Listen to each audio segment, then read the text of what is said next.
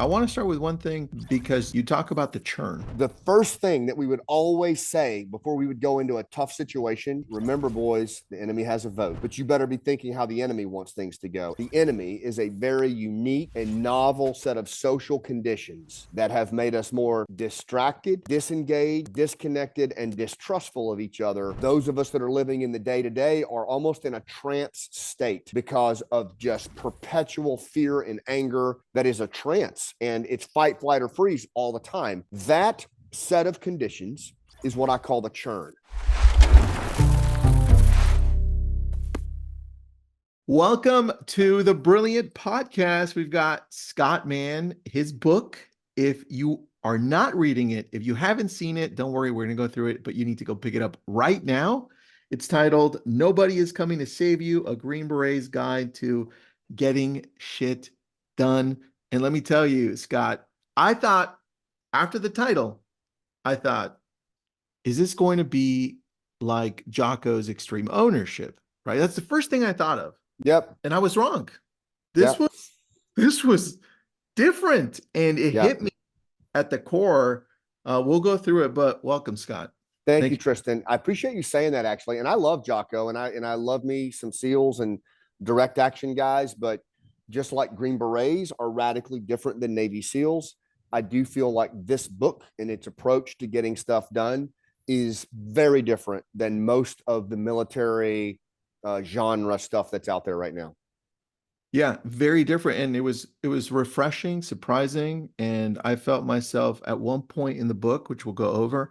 For those of you that are wondering what it's about, it really is a big reflection book. It's saying, hey, um, nobody's coming to save you because you've been seeing shit wrong the whole time, and let's start with you, right? Yeah. That I think was super key to me. I want to start with one thing because you talk about the churn and Uh-huh. you outline the meaning, but what do you mean by the churn? Let's start there. Yeah, thanks for that. And I think it's the right place to start, Tristan. I mean, if you go back to Sun Tzu, know the enemy, know yourself, and you will never lose in 1,000 battles, And that is, I've always taken that to heart. And in special operations, the first thing that we would always say before we would go into a tough situation or a country that we didn't know what was going to happen, some crusty, grizzly NCO, Green Beret would say, remember, boys, the enemy has a vote. And what he was meaning was that you might have in your mind how you want things to go, but you better be thinking how the enemy wants things to go. And in this case, the enemy that we face today, in my opinion, is not the Republican or the Democrat that's across from us. It's not the mask or no mask advocate. It is the enemy is a very unique and novel set of social conditions that have made us more distracted, disengaged, disconnected, and distrustful of each other than we've ever been at any point in our civil society. And it is that environment that has created at the highest level these divisionist leaders who seek to advance a very narrow agenda at the cost of putting us into in groups and out groups. And at the bottom level, and I don't mean bottom as in priority, but just like if there's a hierarchy here, at the grassroots level, those of us that are living in the day to day are almost in a trance state because of just perpetual fear and anger and catastrophizing and these digital devices that are dopamine dispensers, that we constantly have our heads in. So we're staying in this very elevated state of emotional arousal that is a trance, and it's fight, flight, or freeze all the time. That set of conditions is what I call the churn. And it's the operational environment that we're living in. And most people, when they see it, they go, oh, something's different. Something feels off, but we don't really have a name for it. And so the brain works in metaphor. So my first thing, and I've been doing this for a long time, is I use the churn, that roiling set of social conditions that pulls us apart from one another, as the metaphor to frame the enemy that we face in trying to get stuff done. It's not the individual across from you, it's the conditions that you have to navigate. I love that you start there because when I read that piece, well, I read a few pieces that stood out. I'm going to read one to you that I highlighted. Um, Okay. You wrote, we know something is wrong, but we don't know what it is exactly, and we sure as shit don't know what to do about it. And so Yeah. my notes I put, oh, I think this explains it really well. People don't know what it is, and when people don't know what something is, they don't know what to do. Yep. Yep. Yeah, that's right. And because it's so emotional, it elicits this emotional response. Look at how people, the emotional temperature in the country today, Tristan. Look at how people treat each other on social media. Look at how people treat each other in traffic. Like it's different. It's different than it was 5 years ago. And we see it and we know it's off, but we don't have a grammar for it. So the first step in my book was to assign a grammar to this so that we could actually start to make sense of it at that and take that emotional piece of it and actually start to make sense of it and bring ourselves out of that trance state and start to talk about it in a way that we can actually navigate through it. And that's what we had to do as Green Berets. We would get dropped into places where you don't just go kick the door in. You have to build a relationship with a tribe or a community that has been through 40 years of war. And now you're sitting across from this elder who's sipping tea with you, but at the same time, he's tickling the trigger of his AK-47, trying to figure out if he's going to dispatch you or not. And you have to build rapport. You want to reach for your pistol, but you got to reach for a handshake.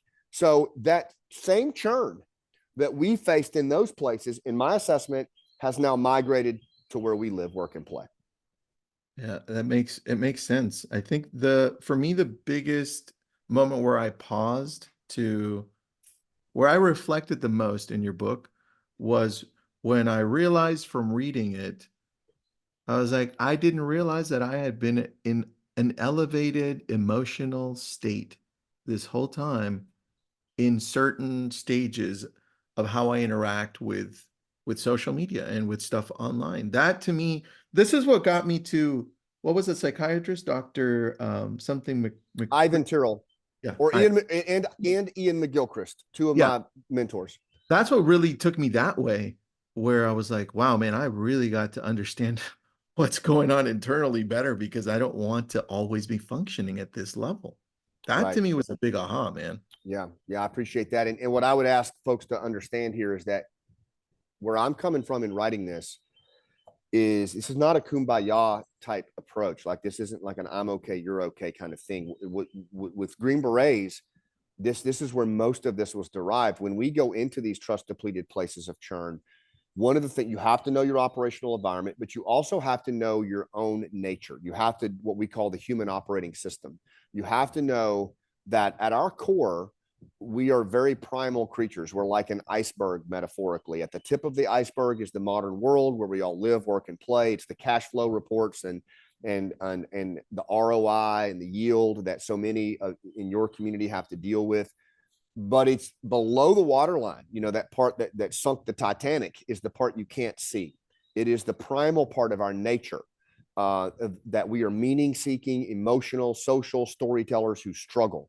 And those primal realities of who we are, we've become disconnected from in this modern world. And I'm saying not only do we have to reframe the operational environment of the churn, but we also have to look at ourselves more introspectively and know that 80% of our humanity is invisible to us in the day to day as we've got our heads tucked down in our phones. The aspects of meaning and emotion and social connection and storytelling and struggle actually represent the bulk of the problems and threats that we deal with in the modern world. So, like in real estate, and I've done my share of commercial real estate in manufactured housing, and I've seen the elevated emotional temperatures. I've seen it manifest at various levels, and it's very tribal and it's very primal, and the ways of dealing with that and leading yourself and others through it actually exist below the waterline of that iceberg. It's not in the transaction, it's not in the slick things you say, it's in the way that you control your breath, your diaphragm, the way that you get out of your mind back into your body, and even focus on the goals and pain of the other party. Like these are things that we learned the hard way as Green Berets. But what works in life and death, man, it works even better in life and business because we're all primal 1.0 well-dressed Neanderthals. It's funny that you bring that up.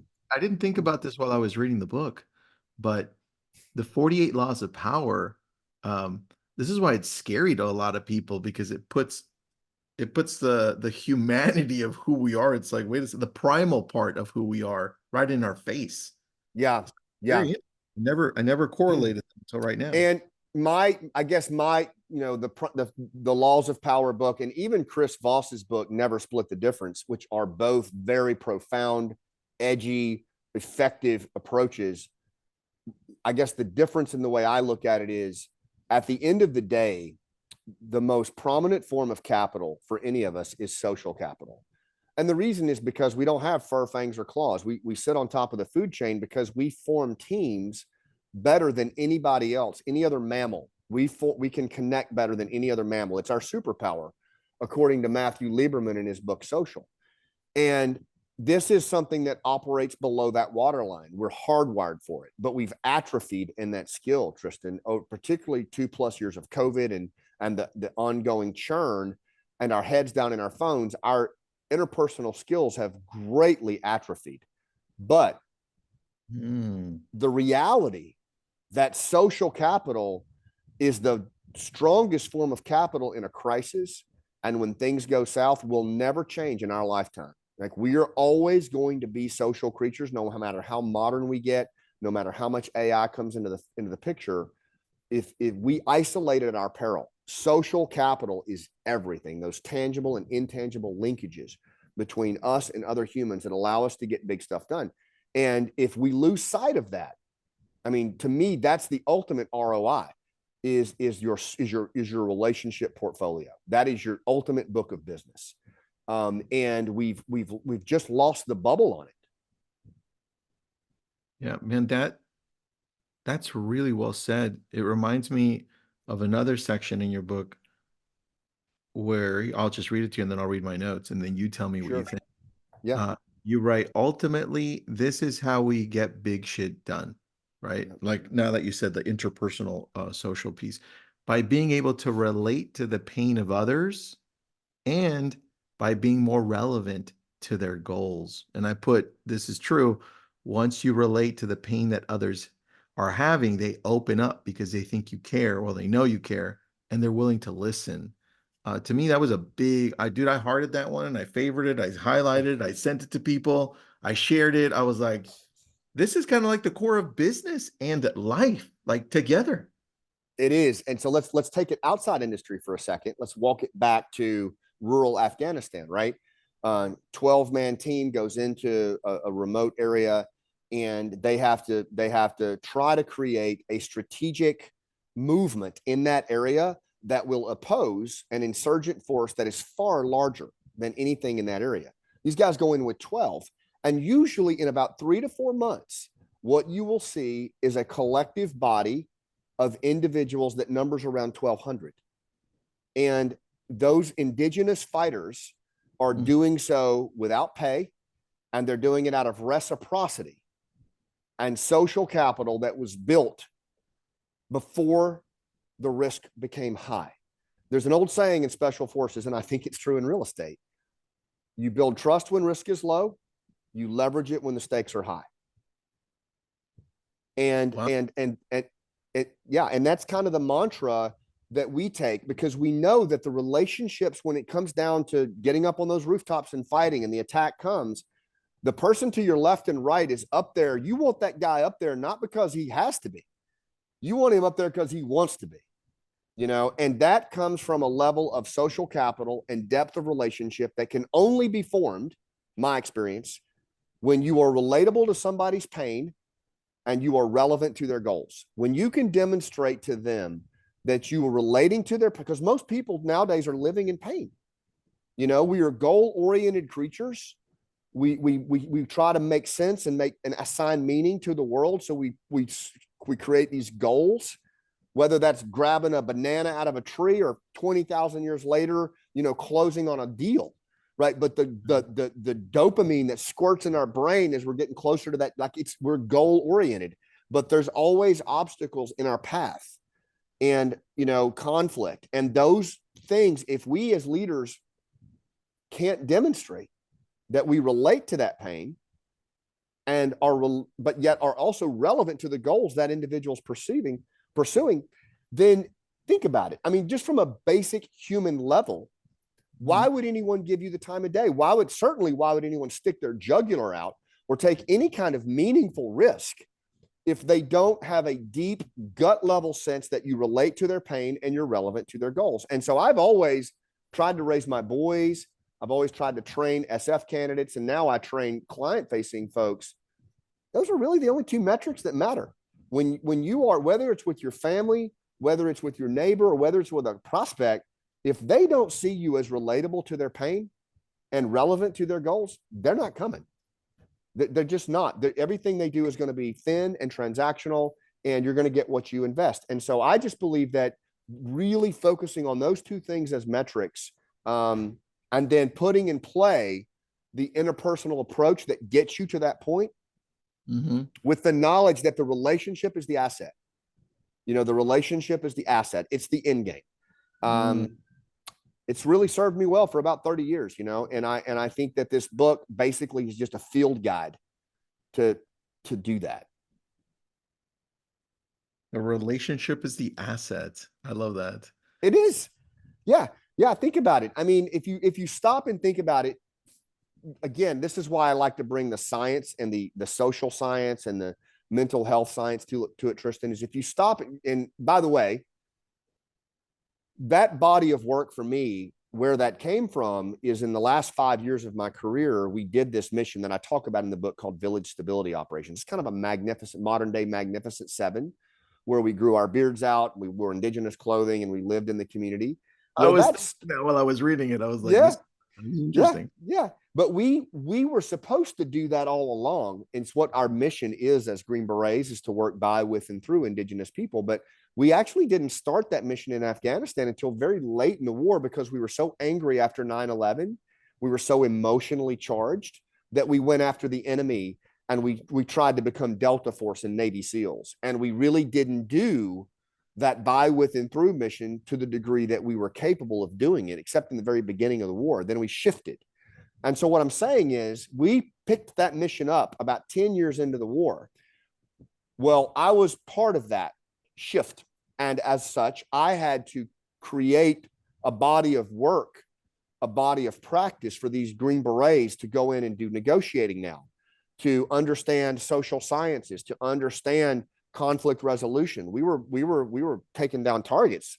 So I started becoming friends and colleagues with anthropologists, agriculturalists, mental health experts like Ivan Tyrrell, who helped me see that the whole human operating system, if you're going to get invited into a village and ultimately do a transaction where these farmers that can't even read will join you on a rooftop and risk their life because they want to do it, that is a whole new level of relationship prowess that requires not just understanding yourself, but understanding human dynamics, group dynamics. So when you hear me talking about these things, that's where that's coming from, that body of work that we're talking about here. And the relationship as the asset, you talk to any social scientist worth their salt, and they will tell you that the oldest form of capital in the world is social capital, because we don't have the natural means that other predatory creatures do to be where we are on the food chain. By all rights, we shouldn't be there. And the only reason that we are, that I've heard over and over, is our ability to connect with other humans, and that we're storytellers. We're the only mammal that can accelerate learning and accelerate trust exponentially through the use of narrative. So we can, go ahead. So on the storytelling piece, that's one thing that stood out that I wasn't expecting to read in your book, right? Right. At the end of the book, I felt like, well, you give me more clarity, which is awesome, right? On what's really going on internally. I was like, I love this. But you also made me feel like I need to become the best storyteller in the world. And I was like, that's a cool gift, man. Tell me, what does storytelling involve, and how did you get there? So I almost took my own life. That's the short answer. And storytelling saved my life after I transitioned from the military. Now, look, I had always believed in storytelling. I had never thought about it. My family's from Appalachia, so a lot of storytelling there. In special forces, you have to have some understanding of storytelling. And I was always around tribes, so I was always hearing stories, but I never had the formal art and science appreciation of storytelling as a modality to heal oneself, to bridge gaps that are trust gaps, right? And so when I came out of the military, Tristan, it was a rough transition. I'd been in for almost 23 years.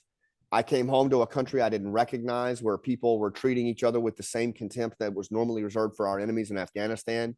Yeah. Sebastian Younger says it well when he talks about in his book Tribe, that most combat veterans are willing to die for their country. They just don't know how to live for it, because it's hard to know how to live for a country that's tearing itself apart along every imaginable line, from race to religion to politics. I mean, just look at the election now, how we're treating each other. And for me in 2013, I thought, okay, so I lost 23 friends for this. All my buddies are wounded. I missed all these birthdays from my kids and my wife, all those years so that we can tear each other apart right here at home. And it started this spiral for me within months, that the PTS, the survivor's guilt, the stuff that I had not dealt with just came flooding in. And it got so bad that even in this house in Florida, my boys would walk out of the room. They were still in school. They would walk out of the room when I walked in, because they didn't know what version of dad they were going to get that day. Oh, shit. And, I lost my purpose, my passion. I was not shaving, not showering. And one day after my wife and I had it out over finances, I said, fuck it. And I walked into my closet and I grabbed a 45 and came as close as I've ever come to checking out. And my kid came home from school, man. I mean, there's not even that was a pure grace of God, serendipity, whatever you want to call it. But I didn't go through with it. And I emerged from that moment, the darkest moment of my life, an internal scar that I never talked about for years, kind of in this transition purgatory where I wasn't willing to die, but I wasn't willing to live either. And I knew that I had something to offer still. I looked at, that was the worst part. You talk about the meaning and the relevance. Like, I knew there was a role for me to play. I was 41 years old. I mean, just 2 months prior, I'd been a high performing Green Beret, working with tribes in Afghanistan. And now all of a sudden I'm, padding around my house in my bathrobe, trying to just figure out what I am and who I am. And so and I knew that I was looking at the way the country was at this point, the way corporations were acting, the way people were dealing. It was the same churn I had seen in Afghanistan. And I knew how to lead through that. I knew how to build relationships. I could teach people the science of that and how to use those skills, except every time I would get up and try to do it and talk about it, Tristan, I would lock up. I would freeze up. My own anxiety, my own post-traumatic stress, my own imposter syndrome would just come crashing in, and I'd step back. And a mentor of mine in the local area who knew what I wanted to do, he said, I've got a guy you need to work with. He's out in California. His name's Bo. He's a former NFL football player, and he blew his knee out after the seventh time, and he became an actor, and then he became a playwright. And now he speaks from the stage, and he helps guys like you and girls like you tell your story through the trauma. And so I went out and I watched him on stage, man.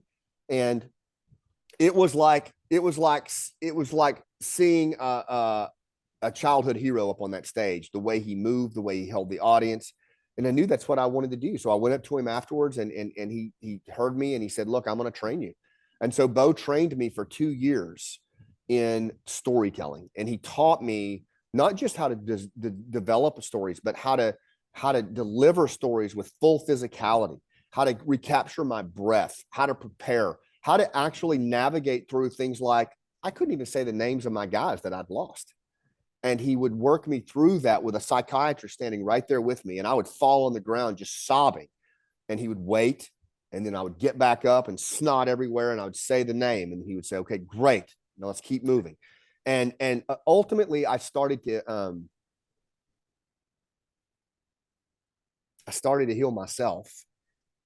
And then I started to think, wow, I think I can now bring some of these lessons to the world. And so I started with veterans and first responders and Gold Star families and teaching them to tell their stories and showing them that they could repurpose their struggles in the service of others. I called it through narrative. I call it the generosity of scars. In fact, I gave my first TED talk on that in Santa Barbara. And then I started teaching corporate leaders. I started keynoting. I started teaching sales, real estate, how to use narrative competence as a way to bridge gaps, and old school interpersonal skills as a way to build social capital when everybody else is transactional. And then I just fell in love with it, man. I started studying the science of it and like this tip of the iceberg transactional stuff, like the way we're doing it wrong versus the human nature way. Like, for example, did you know that on average, when you do a PowerPoint presentation, that your audience forgets 90% of your content 30 seconds after you say thank you for your time? I mean, like, we all kind of know that, but David Phillips, in his research called Death by PowerPoint, he actually measured brain activity during PowerPoint presentations, and he made that finding. And the reason is because you're engaging working memory of the brain with PowerPoint, with spreadsheets, with data. The brain actually is a metaphorical pattern matching organ, according to Dr. Ivan Terrell. So in other words, the brain uses metaphor. It has a mandate to make sense of the world, and it uses metaphor to do it. It actually has a mandate to make sense of things. Meaning is the first priority to our brain, and it uses storytelling to do it, not data. It tells itself a story to make sense of that pricing that you've just given it for that house. It tells itself a story to make sense of that candidate that is spewing on the television, not the data.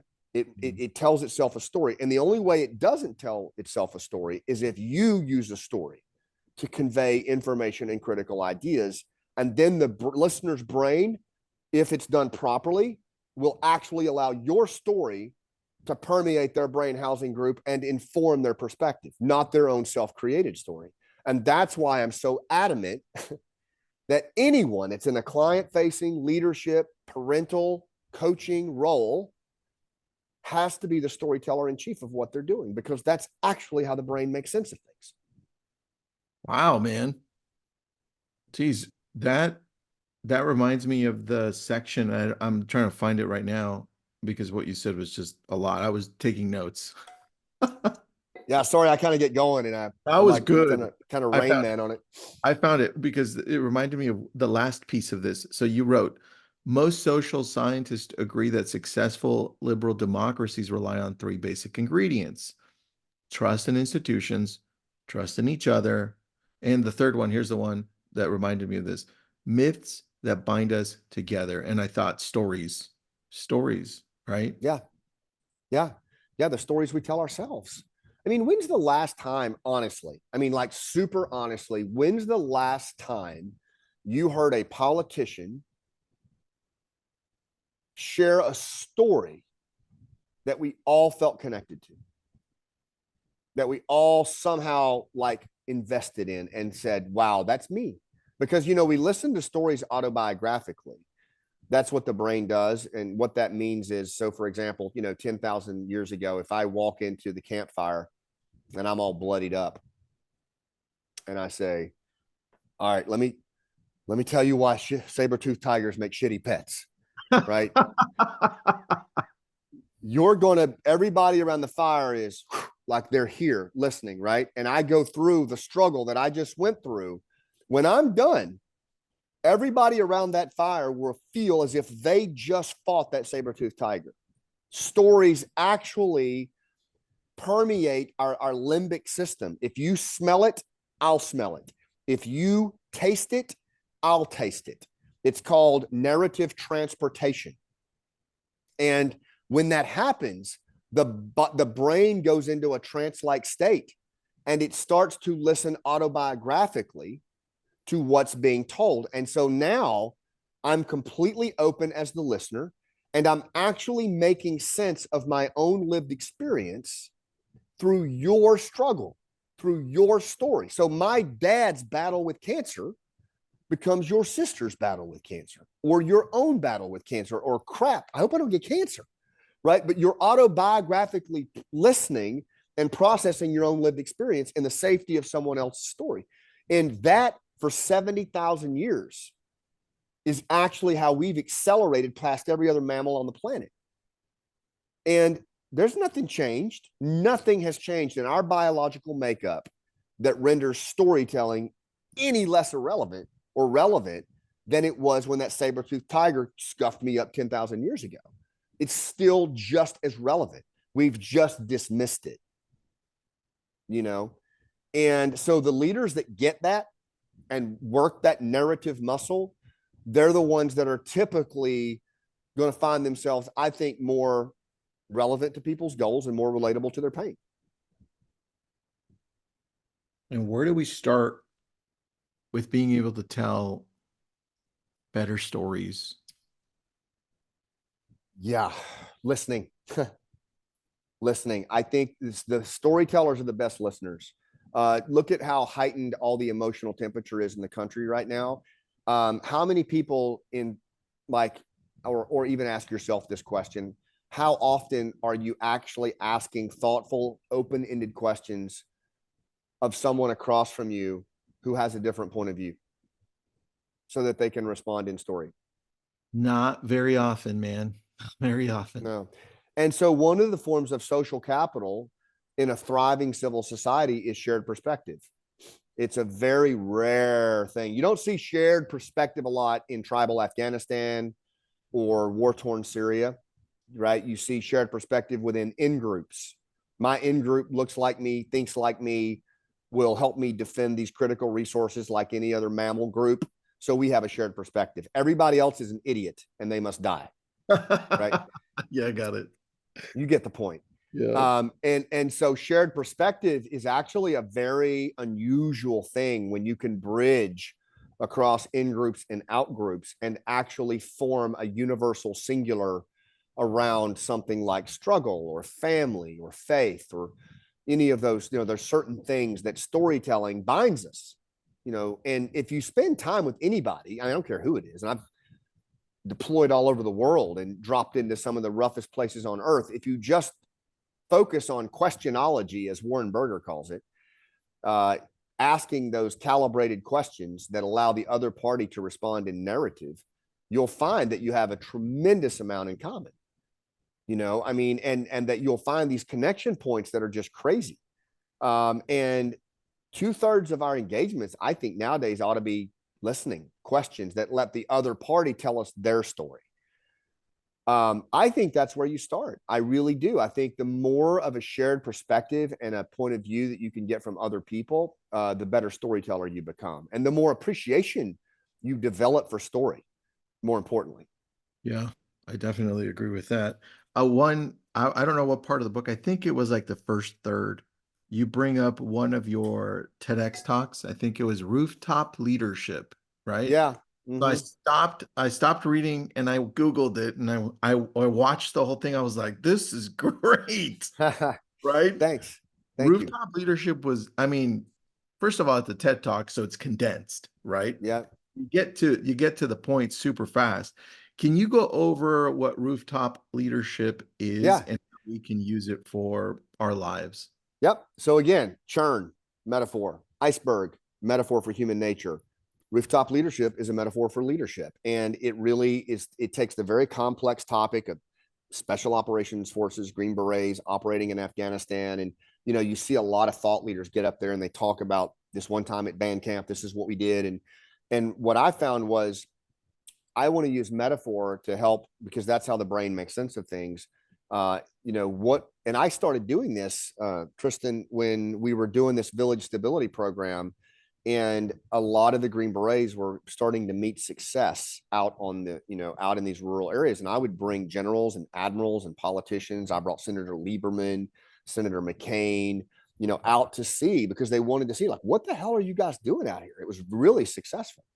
And I would tell them the story of how this team would go into the village. They would initially, they weren't even welcomed. In fact, you know, after 10 years of war there, they would have to sleep out on their trucks outside the village. They weren't even welcomed in the village. And Wow. then a little bit at a time, the Green Berets, the medics would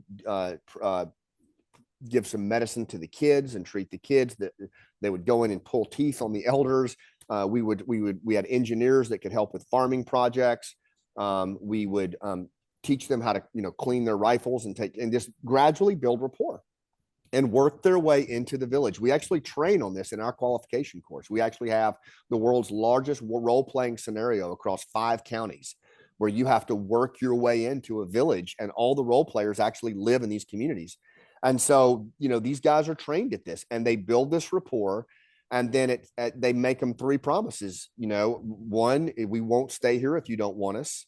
We'll leave. 2, if you work with us, it's going to get harder before it gets easier. Those Taliban thugs down the road, they're going to come for us. They're going to come for you and your kids. And 3, if they do, we're going to go up on the rooftop and we're going to fight them. Whether you guys do or not, we're going to go up there and fight them. We're going to live right here in this community with you, and we'll fight back. And invariably, that's exactly how it happens. Usually within like a day, that first period of darkness, the team gets hit. They don their gear, they go up on the rooftop, and they fight. And then the elders and the family stay down below. Next day, they get up, they go out into the fields, they work the farms with the locals, they practice medicine, they open up the clinic, they meet with the elders, they get hit again that night, they're up on the roof. And then maybe this time they took a casualty, and still nobody comes up. And then usually after a month or 2, the guys are up there duking it out on the roof, and you'll see a muzzle flash from another rooftop shooting in the same direction. And it's not the team. It's a farmer that's finally made a decision to go up on his roof and defend his home, which is what he's always done in the past, before that churn set in and that epic fear.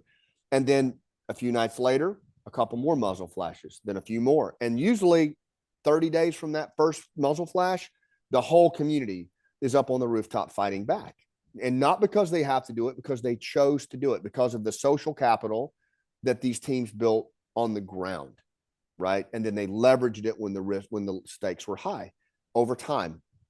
And that's what I started calling rooftop leadership, that ability to move people to take action in very difficult circumstances that is bigger than themselves, that they otherwise wouldn't take, not because they have to do it, because they choose to do it. And usually at the heart of it, it's 2 things. 1, old school interpersonal skills.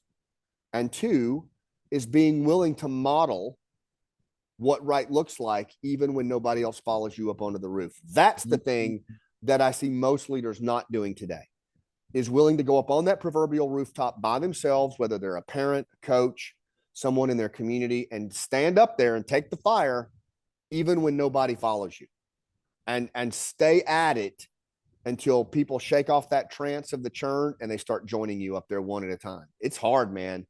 It's never been harder to do that kind of leadership. But what I found is if you do, that's when you can really get strategic stuff done. That's when you can get, and I'm not a little boy whistling in the dark. Like I've seen this with Pineapple Express. We were moving between 750 Afghans and their families through an open sewage canal, their children being beaten with rubber hoses by the Taliban, and it pulled through a 4-foot hole in the fence in the middle of the night on a phone call with a guy they had met 7 years ago. The trust was that deep that the individual would be on the phone on the other side saying, "Steve, they are beating my wife right now. Please tell me I can fight back." And Steve would say, "No, brother, 5 more feet around the corner of that Connex and you are free. You've got to trust me." And he would keep moving. Like that kind of rapport, that kind of and that's not unique to Green Berets, man. It's not that's a human thing. But it's a certain approach to leading and interacting and social capital that you just don't see much these days, because it's a little scary. It is a little scary, man. You get torn down, you get forget you're being canceled, you get destroyed.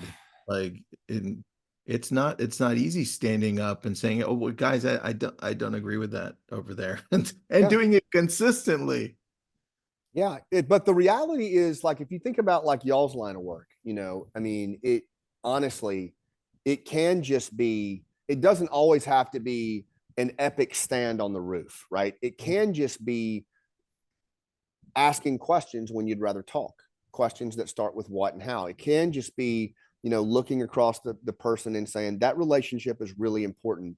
What do we need to do to restore that relationship? It can just be you know, when you're talking to your child, when they come home from school, put your phone away and make a human connection with that child. Really pursue discovery as if you're a child yourself, you know, because the relationship is the asset. Like and it takes practice, and it is a body of work, and there's no hacks for it. But I do believe the cool thing about it is, like, to be a better realtor, to be a better small business owner in a client facing engagement, and have more narrative competence. The cool thing is you can practice that with your spouse. You can practice that with your significant other. You can practice it with your kids. The realm of practice is actually right in front of us. It's with the people we blow it off with the most. You That's know, it's so right there in front of us. very true, man. On the note, so when I was reading, and I think it was when you mentioned you were on the rooftop with your team and you would go all night, right? You just sit on the rooftop all night some days. And the first thing I thought was like, dude, all freaking night? Like, talk to me about endurance. Like, how do you guys Mm. get there? How does it, because it's not just physical endurance, it's mental endurance. How do you It's practice? mental endurance, it's spiritual endurance, you know, and the reality is your sleep gets a lot, your sleep is all jacked up. And a lot of us coming out of that 20-year war are dealing with this thing called operator syndrome. I'm sure you all have seen the number of suicides in the veteran community. In the Yep. special operations community, it's even exponentially higher than that. Navy SEALs, Green Berets, Delta, you know, killing themselves in vast numbers and self-medicating, and they call it operator syndrome. But a lot of it, they're walking it back to, because we operate at night, right? So you know, all of your tactics, you know, the enemy hits you at night. But when do you build trust with locals? When do you help them farm? When do you do conflict resolution? When do you go work with the child during the day? So you have to really, I mean, the sleep cycles are jacked up. What our young men and women go through as volunteers, by the way, and what they put their bodies through is just unbelievable. It's one of the reasons I wrote the play Last Out, Elegy of a Green Beret, and perform it around the country, is because I want people to understand what we ask of these young people and their families. Because to your point, resilience and the ability to play the long game is really difficult. Now, how do you do it? I mean, a lot of guys just gut through it. But we're starting to get smarter about it. We're starting to really think differently about how we sleep and how important sleep is. We're starting to work more in cycles. Let me just say this, because I want to bring it back to your community. I am really concerned about the mental health of small business owners and leaders at community levels coming out of COVID. And the reason is because I believe that so many of those individuals stayed in a sympathetic state of fight, flight, or freeze for several years because they were taking care of everybody. They had to hold it together. Now, I understand in some areas the real estate market boomed, but even so, all that does is just add pressure, right? It just adds to the rate of operational employment. And we're not designed to do that in the human operating system. We are designed to go to a fight, flight, or freeze state episodically when a saber-toothed tiger jumps out of the bushes, and then we fight that tiger, and then we, you know, some of us get scuffed up and killed, and then we go back to our cave and we bury our dead, we nurse our wounded, we build some fires, we cook some food, and then we sit around the fire and we go from a sympathetic state of fight, flight, or freeze, and we tell stories, and we drop down into a parasympathetic state of calm and connect and rest and digest. So to your question, we have to be in a parasympathetic state. We have to manage our state. Professor James Clausen, and I think I talk about this in the book, James Clausen, a leadership coach out of Darden University, he says that leadership, we're mostly energy as humans. And so leadership is the management of energy, yours and those around you. And so I believe, to your question, we have to manage our own energy. We have to put our own oxygen mask on first. We have to find ways throughout the day to drop into a parasympathetic state and not stay in this elevated, aroused state of hustle all the damn time. You know, because the body's not designed to carry that load. And if you don't believe me, Look at the number of Delta operators and SEAL Team 6 guys that are checking out. Yeah. These are some of the toughest dudes on the planet. And they can't, their body can't take the load anymore. So how is it going to be any different in y'all's community? You know? And so I would just say, take us as the canary in the coal mine. This shouldn't be, oh, look at those, that's really bad that the veterans are going through that. I mean, we appreciate that. But I think we're getting ready to go through this as a broader community. And I think small business owners are really going to be at the epicenter of it, because they've been taking care of everybody and they haven't been metabolizing that anxiety, that pressure, and that has nowhere to go if you don't manage your state through breath work and a lot of the things that I talk about in the book. In the book, you talk about digital detox. Yeah. The very first time you did it, you were like, wow, amazing. Yeah. About what you're doing now as far as digital detox. So I believe there's micro and macro resets that we can do throughout the day. So for example, the first thing we need to know about these dopamine dispensers that we carry around is that once you put your face in it, you have disconnected from the natural world where you're supposed to live. And you are now in what Ian McGilchrist calls a represented reality, right? You're in a represented digital reality. You're in a two-dimensional reality. It is not the natural world.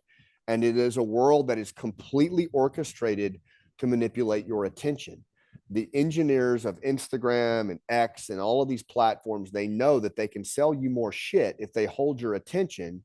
And the best way to hold your attention is to group you into in groups and out groups, and then have you share negative content about your out group. Yeah. And so when we do that, we go into a trance-like state. We go into a sympathetic state automatically, autonomically. We don't even realize we're doing it. And we're staying in that elevated state all the time. So we have to manage our own energy. We have to reclaim our agency. We have to disentangle from that. I believe there are micro and macro resets that we can do. Micro resets, what I do, I don't check my phone. All the alerts are off of my phone. I don't have a single alert on my phone, and will never have an alert on my phone. I do not check my phone. It stays face down away from me until 10 a.m. When I get up, I do my rituals, my workouts. I don't look at it. I don't glance at it. It beckons to me and it glows in a blue basking light, but I don't touch it, and I've had to really work at that, but I don't touch it till 10 a.m. And then when I do pick it up, it's for a set amount of time that I check the things I need to check. And then I get back to whatever my project is for the day. And I try to look at that thing at scheduled times. But unfortunately, even that, you're going to be on it a lot. The other thing that I do is it's 1 hour before bedtime, all blue screens are off. No blue screens at all. And again, this comes at a recommendation of a lot of the neuroscientists that I work with in the special ops community who deal with PTS. Those are my micro resets. And then on Zoom calls, remote video, I think we need to make sure we build 5-minute breaks between calls. I see people on these damn things, 8 meetings a day. Back to back to back to back. Yeah. You got to give your brain a break, at least for 5 minutes before you go to the next thing. It's just because you're just stacking this cumulative load and your body can't handle it. It's going to eventually, at the end of the day, or when you go home to your kids, you're going to carry that cumulative load. Somebody's going to reap it. Somebody's going to reap that. And you're just not intentional and available. So get outside and walk around, do 10 burpees, do some air squats, give yourself 5 minutes before the next thing. And then at the macro reset level, I think, what is it I do now? I do one Friday a month. I have no comms. I don't turn my devices on. I don't schedule any meetings. There's nothing. And then once a quarter, Monty and I go and I do a 2 to 3 day digital detox just away somewhere. And that's really hard because you start jonesing after about 10 minutes. I bet. Where do you guys like to typically go? We like to go to the mountains, and we like to go anywhere to the beach, just somewhere kind of off the grid.